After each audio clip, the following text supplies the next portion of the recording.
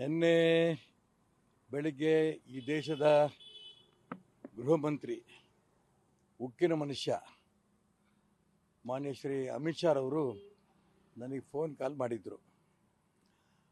ಫೋನಲ್ಲಿ ವಿಚಾರಿಸ್ರಪ್ಪ, ನೀವು senior BJP leader ಇದ್ದೀರಿ, ಈ ಚುನಾವಣೆ ಪಕ್ಷೇತರ ನಿಲ್ಲೋದು ಸೂಕ್ತ ಅಲ್ಲ ಅನ್ನೋಂಥ ಮಾತನ್ನು ಹೇಳಿದರು. ನಾನು ಅವ್ರಿಗೆ ಹೇಳಿದೆ ಯಾಕೆ ನಿಲ್ತಾ ಇದ್ದೀನಿ ಅಂತ.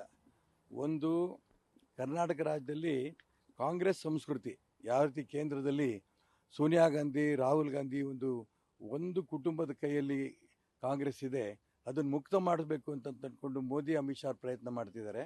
ಆದರೆ ಕರ್ನಾಟಕ ರಾಜ್ಯದಲ್ಲೂ ಕೂಡ ಅದೇ ಒಂದು ಅಪ್ಪ ಮಕ್ಕಳ ಕೈಯಲ್ಲಿ ಭಾರತೀಯ ಜನತಾ ಪಾರ್ಟಿ ಇದೆ, ಇದನ್ನು ಮುಕ್ತ ಮಾಡಬೇಕು ಅನ್ನೋಂಥ ಉದ್ದೇಶದಲ್ಲಿ ನಾನು ಚುನಾವಣೆ ಸ್ಪರ್ಧೆ ಮಾಡ್ತಿದ್ದೀನಿ ಅನ್ನೋಂಥ ಅಂಶವನ್ನು ಕೂಡ ಮಾನ್ಯ ಅಮಿತ್ ಶಾ ಅವರು ತಿಳಿಸಿದೆ. ನಂಬರ್ 1. ನಂಬರ್ 2, ಈ ಹಿಂದೂ ವಿಚಾರದಲ್ಲಿ ಹೋರಾಟ ಮಾಡ್ಕೊಂಡು ಬಂದಿರೋಂಥ ಅನೇಕ ವ್ಯಕ್ತಿಗಳನ್ನ ಪಕ್ಕಕ್ಕೆ ಸರಿಸಿದ್ದಾರೆ.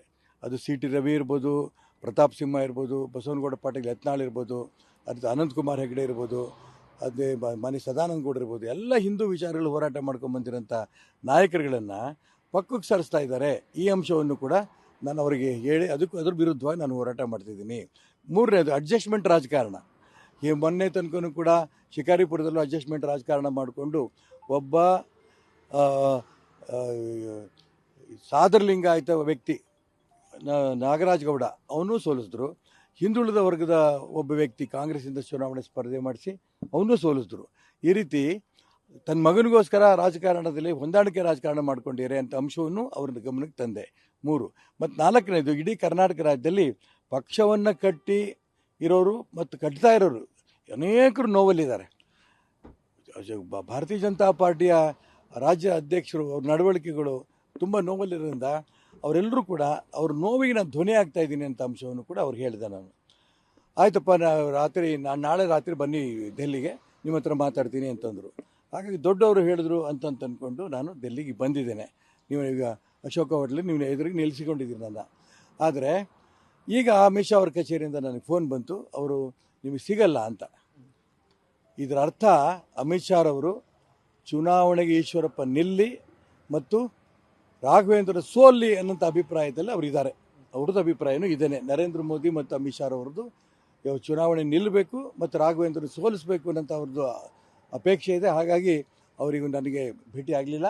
ನಾನು ನರೇಂದ್ರ ಮೋದಿ ಮತ್ತು ಅಮಿತ್ ಶಾ ಅವರ ಆಶೀರ್ವಾದದಿಂದ ಈ ಚುನಾವಣೆ ಸ್ಪರ್ಧೆ ಮಾಡ್ತೇನೆ, ರಾಘವೇಂದ್ರ ಸೋಲಿಸ್ತೇನೆ. ಮತ್ತು ಇವರೆಲ್ಲ ನಮ್ಮ ಅಪೇಕ್ಷೆ, ಇಡೀ ರಾಜ್ಯದ ನಮ್ಮೆಲ್ಲ ಕಾರ್ಯಕರ್ತರ ಅಭಿಪ್ರಾಯ ಏನಿದೆ, ಅವರ ಅಭಿಪ್ರಾಯ ತಕ್ಕಂತೆ ಚುನಾವಣೆ ಗೆದ್ದು ನರೇಂದ್ರ ಮೋದಿ ಅವರನ್ನ ಈ ದೇಶದ ಪ್ರಧಾನಮಂತ್ರಿ ಮಾಡ್ತೀನಿ. ಇಲ್ಲ, ಆಗಲ್ಲ.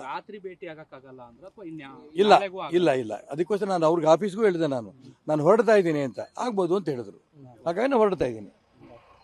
ಸರ್, ಈಗ ಈ ಹಿಂದೆ ಕೂಡ ಕೇಳಿ ಬರ್ತಾ ಇತ್ತು, ಈಶ್ವರಪ್ಪ ಮತ್ತೆ ಯಡಿಯೂರಪ್ಪನವರ ಜಗಳ ಮತ್ತೆ ಫ್ರೆಂಡ್ಶಿಪ್ ಅದು ಹಲವಾರು ಸಂದರ್ಭಗಳಲ್ಲಿ ಅಮಿತ್ ಶಾ ಎಂಟ್ರಿ ಆದಾಗಲೇ ಅದು ಸಾಲ್ವ್ ಆಗಿದೆ ಅನ್ನುವಂಥದ್ದು. ನೋಡಿ, ಹಿಂದೆ ಹಿಂದುಳಿದವ್ರಿಗೆ, ದಲಿತರಿಗೆ ಒಂದು ಒಳ್ಳೆ ಸಂಘಟನೆ ಬೇಕು ಅಂತ ಸಂಗೊಳ್ಳಿ ರಾಯಣ್ಣ ಬ್ರಿಗೇಡ್ ನಾವು ಮಾಡಿದ್ವಿ. ಕೂಡಲ ಸಂಗಮದಲ್ಲಿ ಲಕ್ಷಾಂತರ ಜನ ಸ್ವಯಂ ಪ್ರೇರಿತರಾಗಿ ಬಂದಿದ್ದರು. ಬಹಳ ದೊಡ್ಡ ಸಂಘಟನೆಯಾಗಿ ಬೆಳೀತಾ ಇತ್ತು. ಸ್ವಾಭಾವಿಕವಾಗಿ ಯಡಿಯೂರಪ್ಪನವರದಕ್ಕೆ ನೀವು ಒಳ್ಳೆ ಕೆಲಸ ಮಾಡ್ತೀಯಾ ಅಂತ ಬೆಂತಟ್ಟಬೇಕಿತ್ತು. ಅವ್ರು ಬಂದು ಅಮಿತ್ ಶಾ ಅವ್ರ ಹತ್ರ ಕಂಪ್ಲೇಂಟ್ ಮಾಡಿದ್ರು, ಇದನ್ನು ನಿಲ್ಲಿಸಬೇಕು ಅಂತ. ಹಿಂದುಳಿದವ್ರದ್ದು ದಲಿತರು ಯಾಕೆ ನಿಲ್ಲಿಸಬೇಕು ಅಂತ ಅಮಿತ್ ಶಾನು ಕೇಳಿದ್ರು, ನಾನು ಕೇಳಿದೆ, ಅದಕ್ಕೆ ಉತ್ತರ ಇಲ್ಲ. ಕೊನೆಗೆ ಅಮಿತ್ ಶಾ ಹೇಳ್ರು ಚೋಡ್ದ ಯಾರಂತ. ಮುಂಚೆಯಿಂದನೂ ಕೂಡ ನನಗೆ ಹಿರಿಯರ ಮಾತು ಕೇಳಿ ಅಭ್ಯಾಸ. ಹಾಗಾಗಿ ಅವ್ರ ಮಾತನ್ನು ಕೇಳಿ ನಾನು ಅವತ್ತು ಈ ಒಂದು ಸಂಗೊಳ್ಳಿ ರಾಯಣ್ಣ ಬ್ರಿಗೇಡನ್ನು ನಿಲ್ಲಿಸಿದ್ದೆ. ಆದರೆ ಅದು ಮುಂದುವರೆದಿದ್ದರೆ ಇವತ್ತು ಇಡೀ ರಾಜ್ಯದಲ್ಲಿ ಹಿಂದುಳಿದವರು ದಲಿತರು ನಮ್ಮ ಜೊತೆಗಿದ್ದರು. ಇವಾಗಿನ ಪರಿಸ್ಥಿತಿ ಏನಿದೆ, ಹಿಂದುಳಿದವರಿಗೆ ಕುರುಬರಿಗಿರ್ಬೋದು, ಬೇರೆಯವ್ರಿಗಿರ್ಬೋದು ಸರಿಯಾದ ಒಂದು ಸೀಟು ಕೊಡೋಕ್ಕೆ ಲೋಕಸಭೆಯಲ್ಲಿ ಆಗಲಿಲ್ಲ. ಇದಕ್ಕೆ ಕಾರಣ ಈ ಒಂದು ರೀತಿಯ ಯಡಿಯೂರಪ್ಪನವರು ಅವ್ರ ಕುಟುಂಬದವರು ಈ ಹಿಂದುಳಿದವ್ರನ್ನ, ಕುರುಬರನ್ನ ಮಾಡ್ತಿರೋಂಥ ತಾತ್ಸಾರ ಧೋರಣೆನ ಇಡೀ ರಾಜ್ಯ ಜನ ಗಮನಿಸ್ತಾ ಇದ್ದಾರೆ. ಈಗ ನೀವು ಅಮಿತ್ ಶಾ ಅವರು ಭೇಟಿ ಆಗ್ತಾ ಇಲ್ಲ, ಸೊ ಹಂಗಾಗಿ ನೀವು ಸ್ಪರ್ಧೆ ಮಾಡೋದು ನಿಶ್ಚಿತನಾ? ನಾನು ಅಮಿತ್ ಶಾ ಭೇಟಿ ಆಗಿದ್ರೂ ಸ್ಪರ್ಧೆ ಮಾಡ್ತಿದ್ದೆ. ಈಗಂತೂ ನೀವು ಸ್ಪಷ್ಟವಾಗಿ ನೆನ್ನೆನೂ ಹೇಳಿದ್ದೀನಿ, ನಾನು ಚುನಾವಣೆ ನಿಂತೇ ನಿಲ್ತೀನಿ, ಮತ್ತು ನಾನು ಅಲ್ಲಿ ದೆಹಲಿಗೆ ಕರೆದು ನನ್ನನ್ನು ಚುನಾವಣೆ ನಿಲ್ಲಬೇಡ ಅನ್ನೋಂಥ ಒಂದು ಸೂಚನೆ ಕೊಡಬೇಡಿ ಅಂತ ಪ್ರಾರ್ಥನೆ ಮಾಡಿದೆ ನಾನು. ಅದಕ್ಕೆ ಸೂಚನೆ ಅಂತ ಅನ್ಕೋಬೇಡಪ್ಪ, ಪ್ರಾರ್ಥನೆ ಅನ್ಕೊಂಡ್ರು. ಇಲ್ಲ, ಹಿರಿಯರಿದ್ದೀರಿ ನೀವು ಈ ದೇಶ ಆಳ್ತಾ ಇರೋರು, ಗೃಹ ಮಂತ್ರಿಗಳು ನೀವು, ನಾನು ಪ್ರಾರ್ಥನೆ ಅಂತ ಒಪ್ಪಕ್ಕಿಲ್ಲ, ಸೂಚನೆ ಅಂತ ಒಪ್ತೀನಿ, ಆದರೆ ನಂಗೆ ದಯವಿಟ್ಟು ಅಲ್ಲಿ ಒತ್ತಾಯ ಮಾಡಬೇಡಿ ಅನ್ನೋಂಥ ಮಾತನ್ನು ಹೇಳಿದಾಗ ಅವ್ರು ಆಯಿತು ಅಂತ ಹೇಳಿ ಬರೋಕ್ಕೆ ಹೇಳಿದರು. ನಾನು ಬಂದಿದ್ದೀನಿ. ಅದಕ್ಕೆ ಹೇಳ್ತೀನಲ್ಲ, ಯಾವ ಕಾರಣಕ್ಕೂ ಕೂಡ ಅವರು ಇವತ್ತು ನನಗೆ ಸಿಗದೇ ಇರೋದ ಕಾರಣ ಚುನಾವಣೆ ಸ್ಪರ್ಧೆ ಮಾಡಲಿ, ನಮ್ಮ ಆಶೀರ್ವಾದ ಇದೆ, ಗೆದ್ದು ಬರಲಿ, ಆ ಒಂದು ಕುಟುಂಬದ ರಾಜಕಾರಣನ ಅಂತ್ಯ ಮಾಡಲಿ ಅನ್ನೋ ಆಶೀರ್ವಾದ ಅವ್ರು ಮಾಡಿದ್ದಾರೆ ಅಂತ ನಾನು ಭಾವಿಸ್ತೇನೆ. ಸರ್ ಇಲ್ಲಿ ತನಕ ಅಂದ್ರೆ ಏನು ಅಂತಂದ್ರೆ ಈಶ್ವರಪ್ಪ ಅವ್ರಿಗೆ ಇಷ್ಟೆಲ್ಲ ಆಗೋದು, ನಿಮ್ಮ ಮಗನಿಗೆ ಟಿಕೆಟ್ ಕೇಳೋವರೆಗೂ ಅಲ್ಲಿ ವಿಜಯೇಂದ್ರ ಆಗಿರೋದು ಅಥವಾ ಇದ್ಯಾವುದು ನೆನಪಿಲ್ವಾ ಅನ್ನೋಂಥದ್ದು ಬಿಜೆಪಿಯಲ್ಲಿ ಚರ್ಚೆ ಆಗ್ತದೆ. ಏನು ಚರ್ಚೆ ಇಲ್ಲ, ಒಂದು ಕುಟುಂಬಕ್ಕೆ ಒಂದು ಸೀಟು, ಇದು BJP ಪಾಲಿಸಿ. ನಂದೊಂದೇ ಕುಟುಂಬಕ್ಕೆ ಹೊರಗೆ ಬರುತ್ತಾ? ನಾನು MP ಆಗಿದ್ದೆ, ನಾನು MLA ಆಗಿದ್ದೆ, ನನ್ನ ಮನಗೂ ಕೊಡಿ ಅಂತ ಎಂದೂ ಕೇಳಿಲ್ಲ.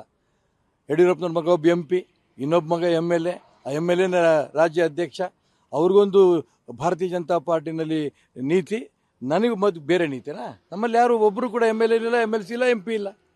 ಅದಕ್ಕೋಸ್ಕರ ನಾನು ಹೇಳ್ತಾ ಇರೋದು, ಭಾರತೀಯ ಜನತಾ ಪಾರ್ಟಿ ನೀತಿ ನಿಯಮದ ಪ್ರಕಾರನೇ ನನ್ನ ಇಡೀ ಜೀವನ ನಡ್ಕೊಂಡು ಬಂದಿರೋದು.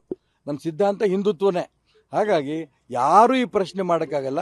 ದಾರಿ ತಪ್ಪಿಸಂತಾರೆ ಯಾರು ಈ ಪ್ರಶ್ನೆಗಳು ಕೇಳ್ಬೋದು.